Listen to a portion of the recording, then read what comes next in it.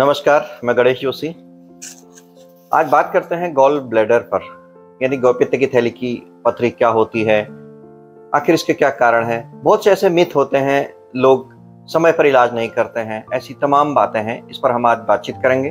हमारे साथ बातचीत करने के लिए उपस्थित हैं राजकीय medical college Haldwani, doctor Sushila Tiwari राजकीय चिकित्सालय में सर्जरी विभाग के प्रोफेसर डॉक्टर पंकज वर्मा जी। मैं बातचीत करने के लिए उनको स्वागत करता हूँ। नमस्कार।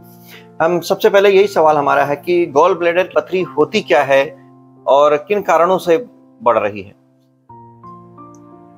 मेन जो खान पान में दिक्कत होती है हमारी, ठीक है, जो हम तला भुना या बाहर का ज्यादा खाते हैं, जो मिलावट वाली चीजें आ रही हैं, उसकी वजह से क्या होता है कि गॉल ब्लैडर में पथरी होने के कारण बनते हैं जी। और जो कोलेस्ट्रॉल लेवल होता है शरीर का, वो अगर बढ़ जाए, ठीक है, तो उसमें गॉल ब्लैडर में पथरी होने की संभावनाएं बढ़ जाती है, ठीक है। तो उसका जो दिक्कतें होती हैं वो तो अलग, जैसे दर्द होना, पेट में दर्द होना, महिलाओं में ज्यादा चांसेस होते हैं गॉल ब्लैडर में पथरी होने के। महिलाओं में ज्यादा चांसेस होते हैं। और हमारी किताबों में भी लिखा रहता है कि रिस्क फैक्टर होते हैं, 5F बोलते हैं हम लोग, फैट, फैटी, फर्टाइल, फीमेल और विद फ्लैचुलेंस, जिसकी वजह से गॉल ब्लैडर में पथरी सबसे बड़ा कारण है। बिल्कुल। इसके लक्षण क्या हैं, किस तरह से सिम्टम्स हैं, ताकि लोग इसे पहचाने समय पर। जो है पेट में दर्द, मेनली जो पेट के ऊपरी भाग होता है, दाईं तरफ ऊपरी भाग या सेंटर एब्डोमेन में ऊपरी भाग में वो होता है। अत्यधिक गैस का बनना, पाचन का प्रॉपर ना होना, जैसे होता है कि चर्बी वाली चीजें खाते हैं तो पाचन नहीं हो पाता है, दर्द बढ़ जाता है।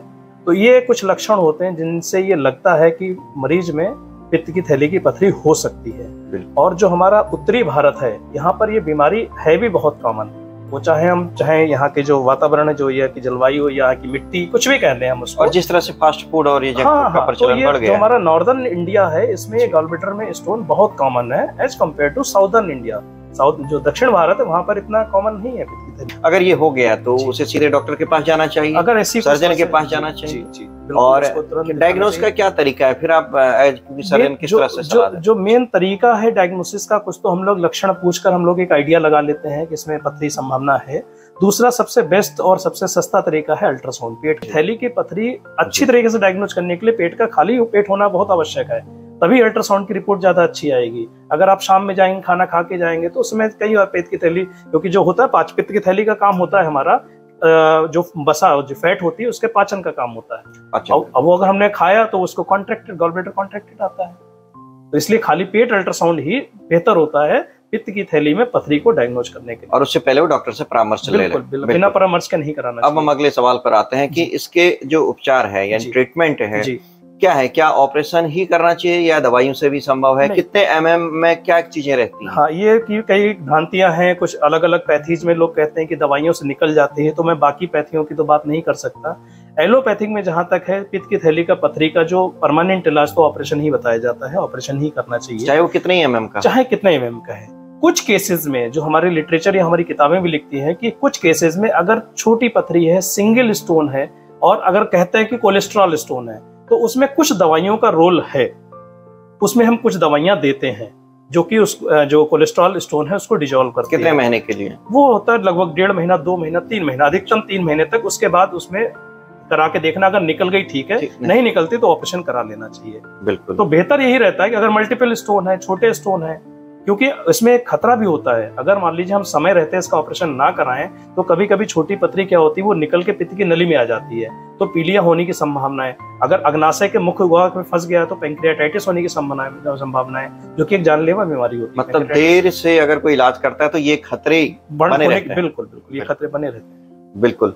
और लास्ट में हम कहते हैं कि जैसे कैंसर होने की संभावना है। कुछ ये भी भ्रांति रहती है ना कि कैंसर तो नहीं हो जाएगा साहब हमें जी। तो चूंकि हमारे इधर ये गॉल ब्लैडर का कैंसर भी काफी कॉमन है जी, ठीक है, तो उस स्थिति में हम लोग ये कहते हैं, और ये देखा गया है कि जो गॉल ब्लैडर में कैंसर है, अगर हम 10 केस उठा के देखें गॉल ब्लैडर कैंसर के, 10 में से 9 या 10 में ही मान लीजिए पथरी से एसोसिएटेड होते हैं।